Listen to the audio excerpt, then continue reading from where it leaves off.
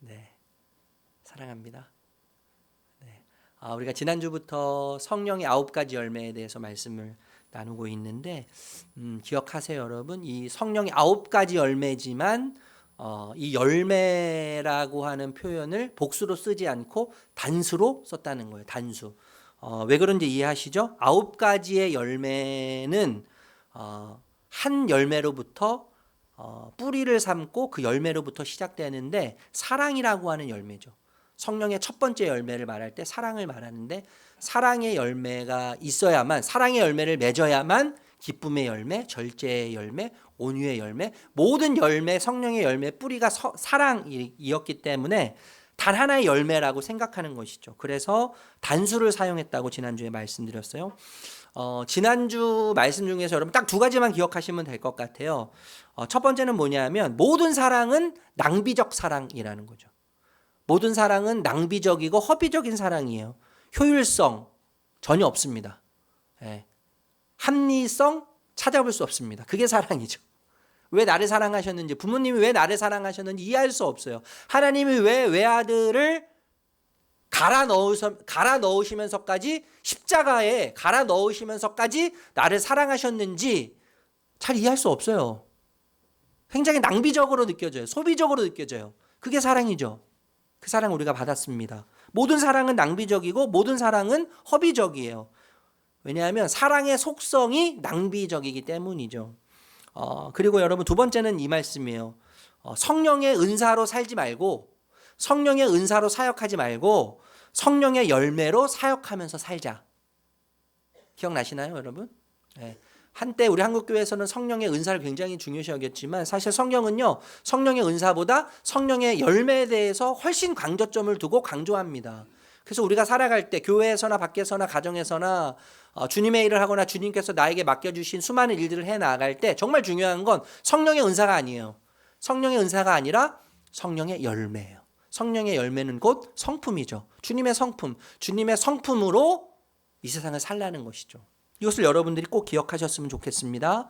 2번째 성령의 열매, 기쁨에 대해서 생각해 보려고 하는데 먼저 기쁨이 아닌 것들을 생각하면 기쁨에 대한 정의를 쉽게 내릴 수 있을 것 같아요. 기쁨이 아닌 것들, 여러분 지금 여기서 말하는 성령의 열매 중에 기쁨은 감정 차원의 기쁨이 아니에요. 감정 차원의 기쁨이 아니에요. 감정적으로 기분 좋고 즐겁고 하는 차원과는 차원이 완전히 다르죠. 본질적으로 다른 거예요. 지난주에 제가 사랑에 대해서 말씀드렸지만 사랑은 여러분 감정적으로 하는 것이 결코 아니죠. 사랑은 전인적으로 하는 것이죠. 하나님께서 우리에게 이성과 감정과 의지를 주셨기 때문에 여러분 자식을 봐도요, 감정적으로 사랑하지 못할 때가 너무나 많이 있어요. 감정적으로 사랑할 수 없어요. 왼수같이 느껴질 때가 있잖아요. 하나님도 우리를 사랑하실 때 감정적으로만 결국 사랑하실 수 없으실 것 같아요. 내 모습을 볼 때. 사랑은 지정의라고 하는 전인을 통해서 하는 것이 사랑입니다.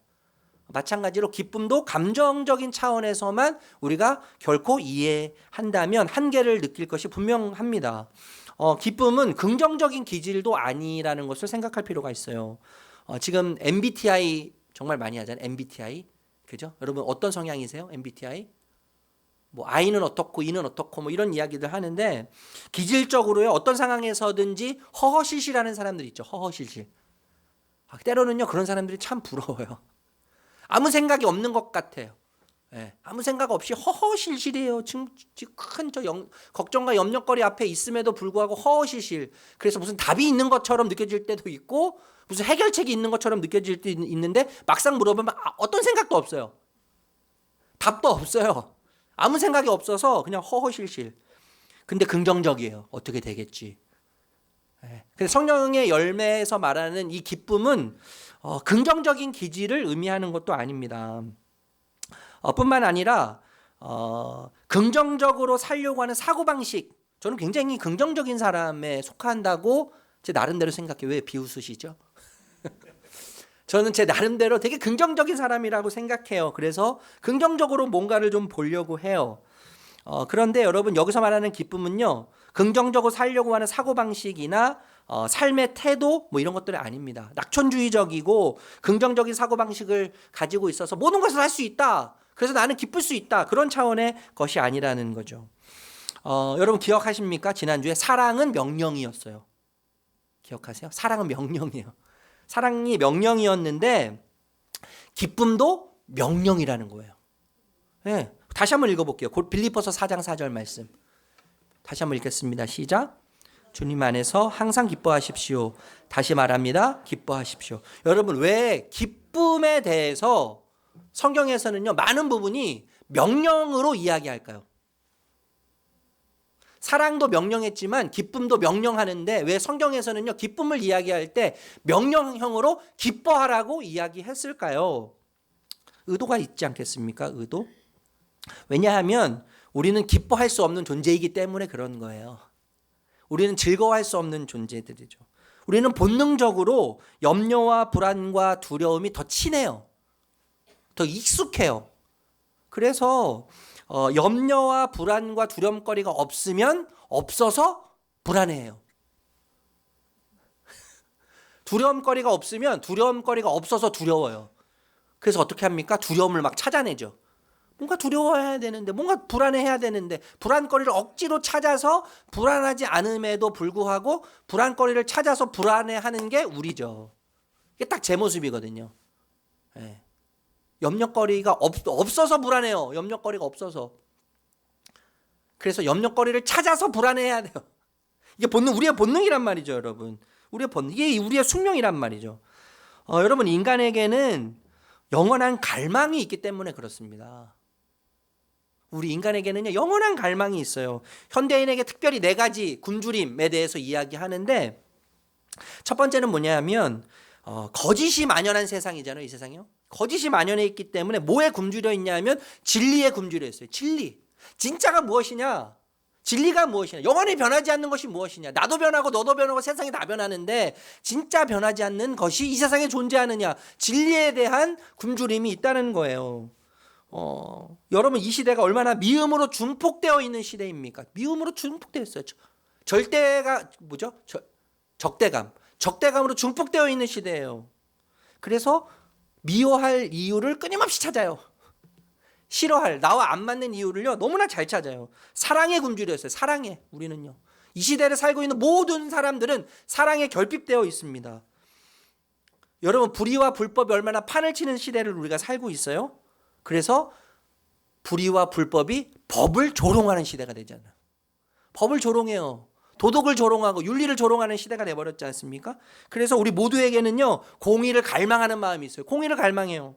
정의를 갈망하는 마음이 있는 거예요. 우리는 정말 실수를 잘하죠. 제가 좀 전에도 광고하면서도 실수하잖아요. 발음이 안 돼가지고 실수하고. 제가 연습하지 않았는데도 실수하더라고요. 우리 정말 실수투성입니다. 실패투성입니다. 넘어지기를 너무나 잘해요. 우리 모두 다 넘어진 경험이 있고 우리 모두 다 실수한 경험이 있어요. 그래서 어떤 갈망이 있냐면 그 실수한 것에 대해서 용서받고 싶은 갈망이 있는 거예요. 용서받고 싶은 갈망. 받아들여지고 싶은 갈망이 현대를 살고 있는 우리 모두에게 다 있는 거예요. 사실 우리뿐만이 아니죠. 이 세상에 역사적으로 볼 때 존재했던 모든 인간들에게 이런 갈망이 있는 거예요. 진리에 대한 갈망, 사랑에 대한 갈망, 공의와 정의에 대한 갈망, 용서에 대한 갈망이 있는 거죠. 이 갈망 때문에 인간의 영혼은요 늘 배고픈 거죠. 늘 배고파요. 늘 목말라 있어요. 그래서 이 목마름과 이 갈증을 해결하기 위해서 항상 분주한 삶을 살아갑니다. 항상 분주해요. 항상 분주한데 이 갈망을 채우기 위해서 어떤 사람들은 소유적 성취를 추구하죠. 소유적 성취를 추구해요. 어떤 사람들은 관계적 성취를 추구합니다. 관계적 성취, 사랑, 결혼, 인정 뭐 이런 거죠. 타인의 통제. 타인을 통제하면서 어떻게 해요? 관계적인 성취를 이루려고 하는 사람들도 있다는 거죠. 어떤 사람은요 직업적 성취를 추구합니다. 직업적인 성취를 추구하면서 남보다 더 괜찮게 보이려고 해요. 인기, 명예, 명성, 권력 뭐 이런 걸 추구한단 말이죠. 그런데 여러분 이런 성취들이 여러분의 갈망을 채워주던가요? 나의 목마름을 채워줍니까? 나의 배고픔을 채워줬습니까? 궁극적으로 기쁨과 만족을 줍니까, 여러분? 어떠셨습니까? 저는 어느 정도 채워줄 수 있을 거라고 생각해요. 채워준다고 생각해요, 여러분. 그런데 궁극적으로는 결코 이런 것들로 채워질 수 없습니다. 그것을 기억해야 돼요. 복음은 여러분, 인간이 계속해서 채워지지 않아서 또 그 속에서 두려워하고 불안하고 슬픔 가운데 있는 이유는 하나님만이 부유하신데, 좀 전에 말씀드렸지, 진리는 하나님의 속성이죠. 사랑은 하나님의 속성이죠. 공의, 용서, 이 모든 것들이 다 하나님의 속성이에요. 하나님의 것이에요. 하나님 존재 자체시란 말이에요. 하나님이 줄 수 있음에도 불구하고 하나님이 아닌 다른 것들을 추구하면서 채우려고 하기 때문에 이것을 우리는 뭐라고 이야기해요? 우상이라고 이야기하는 거예요. 우상이 하나님의 자리를 다른 것이 대체하기도 하지만 동시에 우상은 하나님을 붙잡고 있으면서 다른 것을 붙잡고 있기도 해요. 하나님과 다른 것들을 동시에 내 삶에 공존하게 하면서 동시에 붙잡고 있는 거죠. 양다리 걸치는 거죠. 양다리를 걸치다 보면 양다리가 어떻게 돼요? 가랭이가 찢어질다고 그러거든요.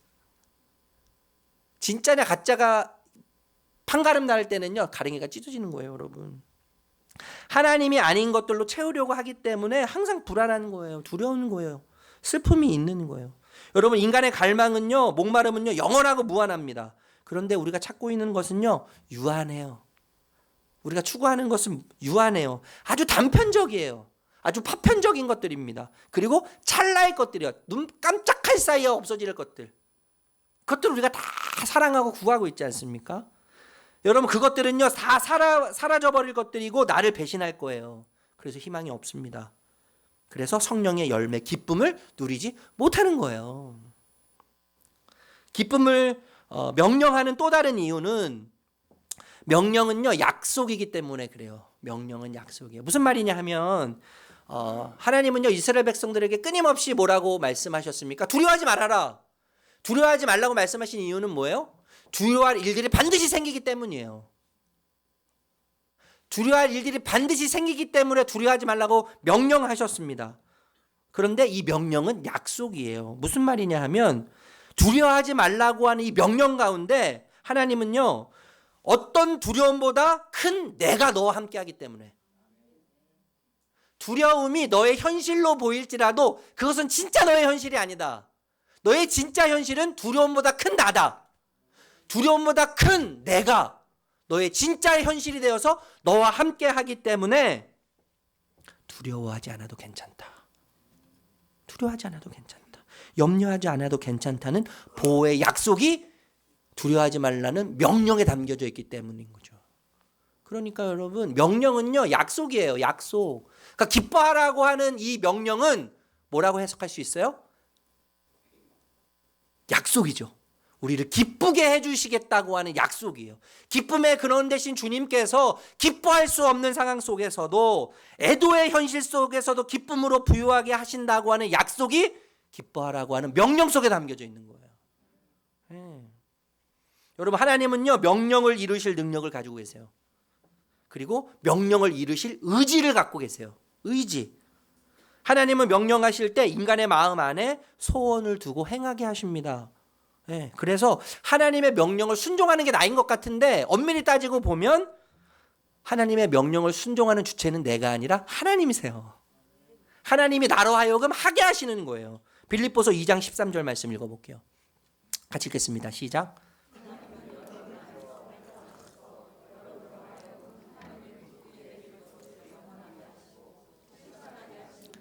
네, 하나님께서 우리의 마음에 소원을 주셔서 염원하게 하세요.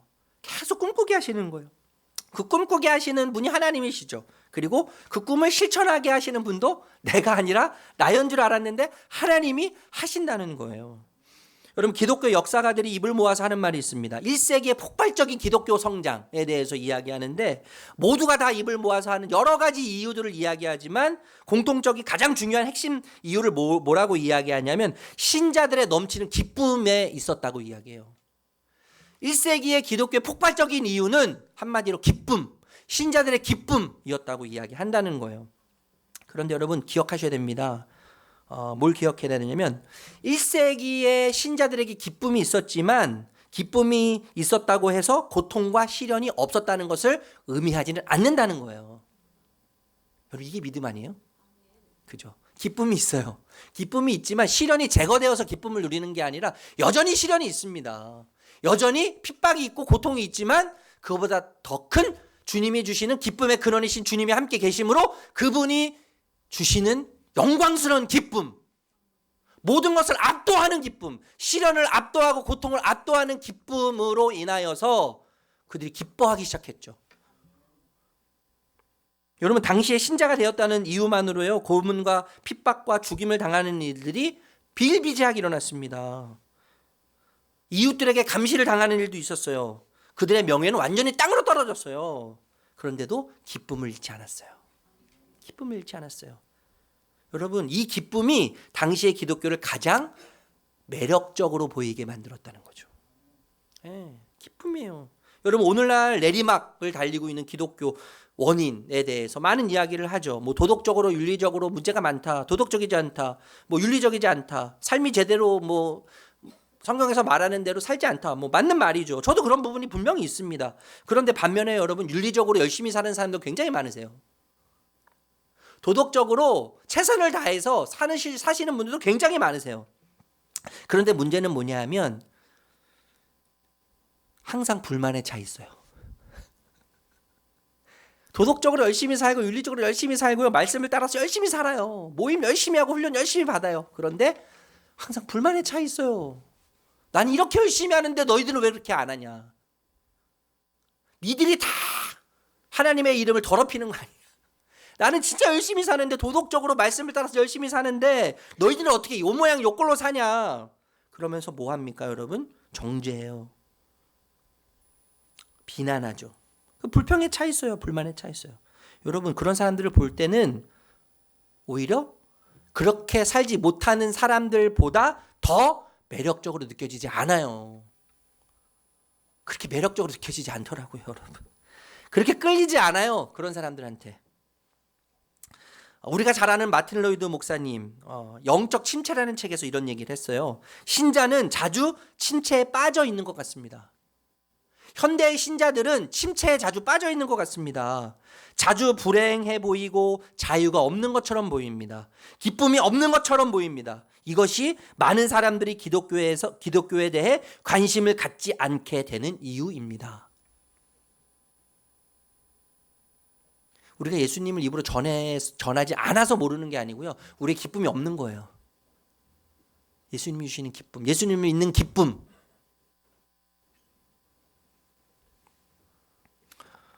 여러분 우리가 사람들을 만나고 많은 사람들과 관계를 맺을 때 정말로 매력적으로 끌리는 사람들이 있어요. 어떤 사람들이요? 돈 많은 사람들입니까? 권력 있는 사람들입니까? 뭔가 있어 보이는 사람들입니까? 그리고 관계 속에서 정말 매력적으로 끌리고 뭔가 이 사람 뭔가 있는 것 같이 느껴지는 매력적으로 느껴지는 사람들은요. 저는 확언하는데 기쁨이 넘치는 사람들이에요. 기쁨이 넘치는 사람들이에요. 항상 웃는 사람들. 허실실을 제가 얘기하는 게 아닙니다. 우리 정경원 집사님 여기 계시진 않지만 여러분 우리 개척하기 전에요. 어제도 그런 얘기 나눴어요. 식사하면서 1부 때도 정경원 집사님 계실 때 그런 얘기 나눴지만 집이 경매로 넘어갔습니다. 집이 경매로 넘어갔는데 법원에서 이게 날라왔어요. 날라왔는데 순위를 매기는데 당신은 받을 돈이 빵원입니다. 가장 세입자들 중에서 가장 보증금이나 이렇게 약자들 중심으로 해서 그 사람들 먼저 준다고 해요. 경매하면은 근데 뭐 1차, 2차 이렇게 가면은 금액이 점점점 떨어지잖아요. 1차 때는 뭐 원래 금액보다 못 받고. 근데 이분이 거의 3년을 이 씨름을 하면서 얼마나 여러분 지금 당장 집을 잃게 생겼는데 지금 이 집이 경매대에서 팔리면 어디도 절도 갈 데가 없는데 길바닥에 나앉게 생겼습니다. 근데 그 속에서 주님이 주신 기쁨을 발견한 거예요. 하나님 이게 다 팔려서 제가 땡전 합분을 받지 못하더라도 괜찮습니다. 그런데 신기한 게 여러분 경매가 2차까지 갔으면 1차보다 금액이 더 떨어져야 되는데요. 2차 갔는데 원 금액보다 더 많이 받은 거예요.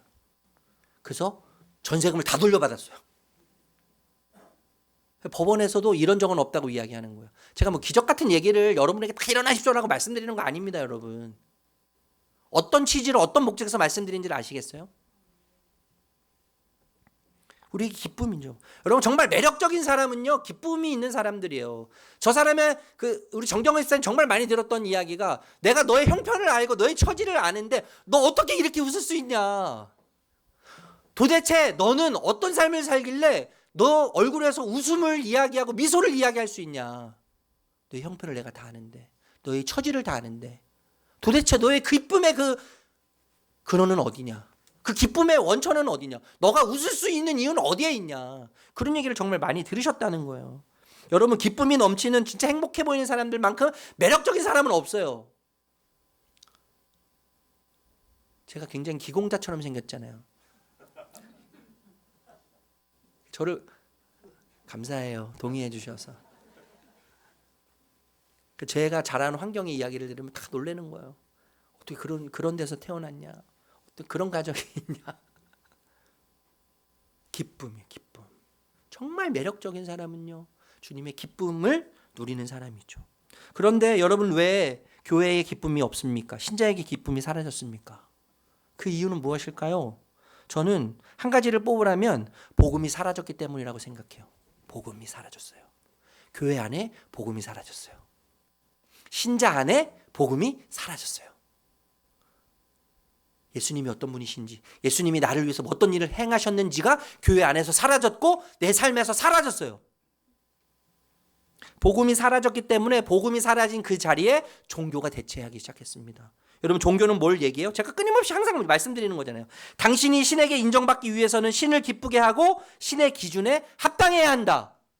노력하라고 애쓰라는 거예요. 헌금도 많이 하고 헌신도 많이 하고 예배도 많이 드리고 훈련도 많이 받고 최선을 다해서 할 수 있을 만큼 신이 기뻐하는 대로 신이 원하는 대로 너의 모든 것을 다 맞춰라. 이거 아닙니까 종교는? 그런데 복음은 완전히 반대로 얘기하잖아요. 복음은 무엇을 이야기해요? 하나님은 나를 있는 그대로 받으시고 사랑한다. 하나님은 나를 그대로 인정하신다. 설령 내가 아무것도 아니어도, 설령 내가 죄로 가득한 죄투성이어도, 수치 덩어리여도, 아픔 덩어리여도, 상처 덩어리여도 하나님은 나를 있는 그대로 조건 없이 받으신다. 그래서 우리가 뭐라고 고백해요? 내가 하는 어떤 행위도 하나님이 나를 더 사랑하실 수 없습니다. 내가 하는 어떤 행위도 하나님이 나를 덜 사랑하실 수 없습니다라고 고백하지 않습니까, 여러분? 하나님의 사랑은 완전히 100% 온전하기 때문에, 완벽하기 때문에 예수님의 사랑에 더할 필요가 없어요, 여러분. 뺄 필요도 없어요. 내 행위가 하나님의 사랑을 더 받게 할 수도 없고 내 못난 행위가 하나님의 사랑을 덜 받게 할 수도 없는 거예요. 이 기쁨이죠. 그래서 나는 그 사랑 때문에, 그 은혜 때문에 선하게 살 수 있습니다. 이게 되는 거예요. 그렇기 때문에 나는 주님의 말씀에 순종하며 살 수 있습니다. 내 힘으로는 안 되지만 나를 받아주신 그분의 은혜가 너무 위대하기 때문에, 그 사랑이 너무 위대하기 때문에, 그 십자가의 사랑이, 자신을 갈아 넣는 그 십자가의 사랑이 너무나 위대하기 때문에 내가 그 삶을 살아갈 수 있습니다. 이렇게 고백할 수 있는 것이죠. 여러분 신의 기준에 맞추어서 대가성으로 보상을 받는다면, 무언가를 받는다면 기뻐할 이유는 하나도 없어요. 내가 노력해서 받는 건데 뭐가 기뻐요? 뭐가 행복합니까, 여러분? 월급, 여러분 열심히 일해서 월급 받으시잖아요. 물론 그때는 되게 좋아요. 근데 2분도 안 돼가지고 내 손도 만져보지도 못했는데 요즘 어떻게 돼요? 카드값도 다 나가잖아요. 빵원인 통장을 늘 봐요. 월급 딱 받았을 때 너무 행복하죠. 좋아요. 그때뿐이에요. 그런데 이 통장에 들어온 월급을 보면서 기분이 나쁠 수도 있어요. 내가 이렇게 열심히 했는데, 내가 쟤보다 더 열심히 했는데 왜 내 월급이 제 월급보다 적은 거야? 기분 나쁠 때가 있잖아요. 보상을 받았는데 제대로 못 받은 것 같아서 억울할 때가 있어요. 그래서 무슨 생각을 해요? 무슨 결심을 해요? 이직 결심을 해요. 이직 결심. 내가 더러워서 이 회사를 때려치겠다. 그런데 여러분 언제 기쁩니까? 월급 받을 때 정말 제일 기쁠 때는 언제 하냐면 한 달 동안 놀고 먹었는데 월급 받았어. 보너스까지 줬어요 그날. 놀고 먹었는데 저기 숨어가지고요. 출장 간다고 저기 숨어가지고 여행 가고 일 처리 빨리 하고 이렇게 쉬고 놀았는데 월급이 들어오고 보너스까지 들어왔다면 얼마나 기쁘겠어요 여러분. 일 안 했는데 받아서 너무 행복하죠. 그죠? 유급휴가. 뭐 요즘에 그 뭐죠? 육아휴직하면 또 월급이 100% 나온다고 그러더라고요. 제가 들어보니까. 얼마나 행복해요. 여러분 일 안 했는데 6개월만 딱 일하면 휴직하고 나면 월급이 100% 나와요. 일 안 했는데 보상이 아니라 그냥 선물로 받으면 너무 행복한 거죠. 너무 기쁜 거 아니에요? 여러분 신자에게 있어서요. 하나님의 사랑은요. 일하지 않고 받는 유급휴가와 같은 거죠. 유급휴가. 나에게 어떤 공로도 없어요. 난 어떤 노력도 안 했어요. 그런데 하나님 다 주세요. 내가 모르는 것까지 주세요. 내 삶에 내가 이것이 필요한지 모르는데도 하나님 그것까지 주신단 말이에요. 이게 뭐예요? 신자의 기쁨이에요. 신자의 기쁨. 여러분 이 기쁨에 대해서 우리가 살펴보고 있는데 기쁨이라고 하는 헬라어가 카라라고 해요. 카라. 그런데 은혜라고 하는 단어가 있어요. 은혜라고 하는 단어가 카리스라고 합니다. 카리스. 어원이 같아요. 같은데 헬라 로마 문화권에서 기쁨이라고 했을 때 카라는 물질과 행복의 안정으로부터 오는 물질과 생활의 안정으로부터는 행복을 뜻했어요. 그런데 은혜를 이야기해요. 은혜는 똑같은 어원으로 시작했지만 하나님이 거저주시는 하나님 당신을 전부 주시는 은혜. 그것을 받을 때 누리는 기쁨. 그러니까 여러분 하나님의 은혜를 누려야만 하나님 안에 거해야만 참 기쁨을 만족을 누릴 수 있는 겁니다. 우리는. 사람이 제일 되는 목적이 뭐예요? 하나님을 영원토록 기뻐하고 즐거워하는 거라고 이야기하는 거죠. 그래서요. 우리 인간의 제일 되는 목적이 영원토록 영원히 그분이 영원하시기 때문에 영원토록 그분을 즐거워하고 기뻐하는 것이 우리 인간됨의 도리예요. 우리 인간의 최초의 목적이고 최종 목적이라는 말씀입니다. 그래서 어거스틴 여러분 잘 아시잖아요. 4세기 목회자 어거스틴 이런 얘기를 했습니다. 인간은 하나님으로부터 창조되었기 때문에 하나님 안에서 안식하기 전까지는 기쁨이 결코 없습니다. 평안이 없습니다. 쉼이 없습니다. 하나님으로 채워야만 기쁨이 있고 평안이 있고 쉼이 있다는 것입니다. 여러분 하나님은 우리를 영원한 기쁨으로 안내하십니다. 이 기쁨은 영원하고 완전하기 때문에 어떤 시련, 고통도 찰나로 느끼게 해요. 이 기쁨이 압도하는 우리의 현실을 압도하는 너무나 영광스러운 기쁨이기 때문에 우리의 시련, 고통도 찰나로 느끼게 해요. 찰나로 느끼게 하면서 그 속에서도 낙심하지 않는 힘을 주는 것이 주님이 주시는 기쁨입니다. 여러분 바울을 한번 생각해 보십시오. 바울이 편지를 쓰는데 빌립보서를 쓰잖아요. 빌립보서. 우리 좀 전에 읽었지만 빌립보서가 여러분 빌립보라고 하는 감옥 안에서 썼잖아요. 감옥 안에서 썼는데 여러분 그 당시에 감옥의 환경 지금처럼요. 제가 얼마 전에 그 다큐로 그 감옥을 우리나라 감옥 이렇게 있는 걸 봤는데 너무 좋은 거예요. 시설이요. 거기서 살만 하겠더라고요. 여러분 2000년 전에 감옥을 생각해 보세요. 로마의 감옥 지하입니다. 지하. 습하고 어둡고 통풍이 잘 안 되고 벌레가 많고 비위생적이죠. 화장실이 없었습니다. 화장실이 없었기 때문에 아무데나 용변을 봐요. 내가 눕고 자는 곳에 용변을 보는 거예요. 그러니까 극심한 악취가 나겠죠. 더러움 속에서 지내야 했겠죠. 발에는 족쇄가 채워져 있죠. 움직임이 불가능합니다. 음식을 먹으려면 친구나 지인들, 가족들의 도움 없이는 제공해주지 않고는 음식을 먹지 못했다고 해요. 아마 로마 정부에서 음식을 제공해주지 않았던 것 같아요. 그런데 바울은 체포 직후에 심한 매를 맞고 채찍질을 당한 상태이지 않습니까? 최악의 상황이에요. 최악의 상황. 그런데 그 최악의 상황에서 빌립보서를 기록하는데 빌립보서에 기쁨이라고 하는 단어가 무려 14번 등장하는 거예요. 그래서 이 기쁨, 이 빌립보서의 주제를 기쁨이라고 이야기해요. 기쁨. 여러분 결코 기뻐할 수 없는 그 상황에서요. 그 현실에서 기쁨을 이야기합니다. 그런데 여러분 그러면서 기쁨을 이야기하면서 바울이 고백한 기쁨의 정점에 뭐가 있냐 하면 자족이 있어요. 자족. 제가 자족에 대해서 말씀 한번 드린 적 있잖아요. 자족이 뭐예요? 자족? 스스로 만족하는 겁니까? 그 현실에 대해서 상태에서 만족하는 겁니까? 괜찮습니까? 거기에 대한 기쁨이고 거기에 대한 만족을 의미하는 겁니까? 감옥 안에서 편안하게 지낼 수 있고 감옥 안에 있는 모든 형편들이 내 부족을 채워주기 때문에 만족해. 기뻐. 그런 의미가 결코 아니란 말이죠. 여러분 이 자족, 바울이 말하는 기쁨의 정점에서의 자족은 뭐냐 하면 하나님의 성품과 하나님의 주권에 대한 만족과 기쁨에서 나오는 자족이고 기쁨인 거예요. 이것을 우리가 기억해야 됩니다. 감옥이 편해서가 아니에요. 감옥이 편해서가 아니라 하나님의 성품, 내가 비록 이 현실이 이해가 되지 않고 이 현실이 납득되지 않지만 그렇지만 내 인생이 어떻게 흘러가든 그것은 하나님의 인도하심이야. 내 인생은 하나님 손에 붙들려 있어. 내 인생이 그래서 어떻게 되든 괜찮아. 불안하지만 나는 여전히 불안하지만 나는 여전히 아프지만 나는 여전히 잘 풀리지 않지만 나는 여전히 힘들지만 그래도 괜찮아. 그래도 괜찮아. 왜냐하면 주님이 하나님이 하나님의 손으로 나를 붙잡고 계시기 때문에 내 삶이 어떻게 흘러가도 괜찮아. 어떻게 흘러가도 괜찮아. 나는 하나님의 주권을 믿어. 나는 하나님의 성품을 믿어.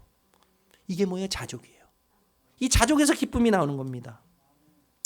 아프리카 르완다에 이제 말씀 마무리하려고 하는데요. 아프리카 르완다의 이 핍박이 굉장히 지금도 심합니다. 작년에 무려 10,000개 이상의 교회가 핍박 때문에 교회 문을 닫았다고 해요. 어떤 한 선교 대회에서 세계 선교사들이 모여서 대회를 하는데 르완다 지도자가 기독교 지도자가 나와서 르완다 핍박에 대한 상황을 설명했습니다. 한자 설명을 했을 때 모두가 마음 그 아픈 마음으로 기도를 하려고 하는데 그 대회 선교 대회를 이끄는 그 담당자가 앞에 나와서 이런 제안을 했습니다. 우리 핍박과 고난을 당하고 있는 르완다를 위해서 기도하는데 여러분 마음 모아 기도해 주시는데 그 모든 핍박과 모든 결핍과 모든 압박과 모든 고통이 사라지기를 위해서 기도해 주십시오. 완전히 제거되기를 위해서 기도해 주십시오. 하나님의 능력으로 모든 것들이 다 제거되기를 위해서 기도해 주십시오. 이렇게 기도를 요청할 때 르완다 지도자가 갑자기 뛰어나왔어요. 갑자기 뛰어나더니 하는 말이 뭐냐면 No. 아닙니다. 그렇게 기도해 주지 말아 주십시오. 그렇게 기도하지 말고 이렇게 기도해 주십시오. 르완다의 핍박과 박해가 사라지기를 위해서 기도하지 말고 핍박과 박해 중에서도 기뻐할 수 있기를 위해서 기도해 주십시오. 이렇게 기도 요청을 했어요. 핍박과 시련이 사라지기를 위해서 기도해 주지 마시고 핍박과 박해와 시련 중에서도 주님 때문에 기뻐할 수 있도록 기도해 주십시오. 그 영원한 기쁨을 위해서 기도해 주십시오. 여러분 어떤 시련도 하나님이 주시는 기쁨을 지울 수 없습니다. 이 세상의 어떤 지옥에도 하나님이 주시는 기쁨을 지울 수 없어요. 우리 그런 기쁨을 소유한 자들이요. 말씀 마무리할게요. 여러분 나를 기쁘게 했던 것들이 한순간에 무너질 때가 옵니다. 한순간에 무너질 때가 와요. 내가 사랑했던 모든 것들이 나를 떠나고 나를 배신할 때가 와요. 내가 소망했던 모든 것들이 다 녹아서 증발할 때가 와요, 여러분. 반드시 옵니다. 그럼에도 불구하고 오늘 내가 여전히 기뻐하며 노래하고 춤출 수 있는 단 한 가지 이유는 뭐냐 하면 그 이유는 요동하거나 증발하거나 배신하거나 무너져 내리지 않는 분이 계시기 때문에 그래요. 예수 그리스도. 요동하지 않는 분. 결코 요동하지 않는 분. 결코 증발하지 않는 분. 결코 배신하거나 결코 무너져 내리지 않는 영원한 기쁨의 근원이시고 기쁨의 왕이신 그분이 나에게 계시기 때문에 노래할 수 있습니다. 춤출 수 있습니다. 여러분 나의 소유와 나의 형편과 나의 현실이 나를 설명하는 것 같지만 나를 설명하지 않아요. 실은요. 내 존재의 이유를 설명해 주지 않습니다. 내가 누구인지를 설명하는 것은 내가 기뻐하는 그것이에요. 여러분에 대해서 여러분 스스로를 이해하시려면 여러분이 기뻐하는 것, 여러분이 사랑하는 것이 무엇인지를 생각하시면 돼요. 여러분이 기뻐하는 그것이 여러분의 정체성입니다. 여러분이 사랑하는 그것이 여러분의 정체성이에요. 사랑하는 성도님들, 여러분은 무엇을 기뻐하십니까? 여러분을 춤추게 하는 것은 무엇입니까? 이 질문에 거룩한 일상으로 답할 수 있는 저와 여러분들이 되시기를 존귀하신 예수님의 이름으로 축복합니다. 축복합니다.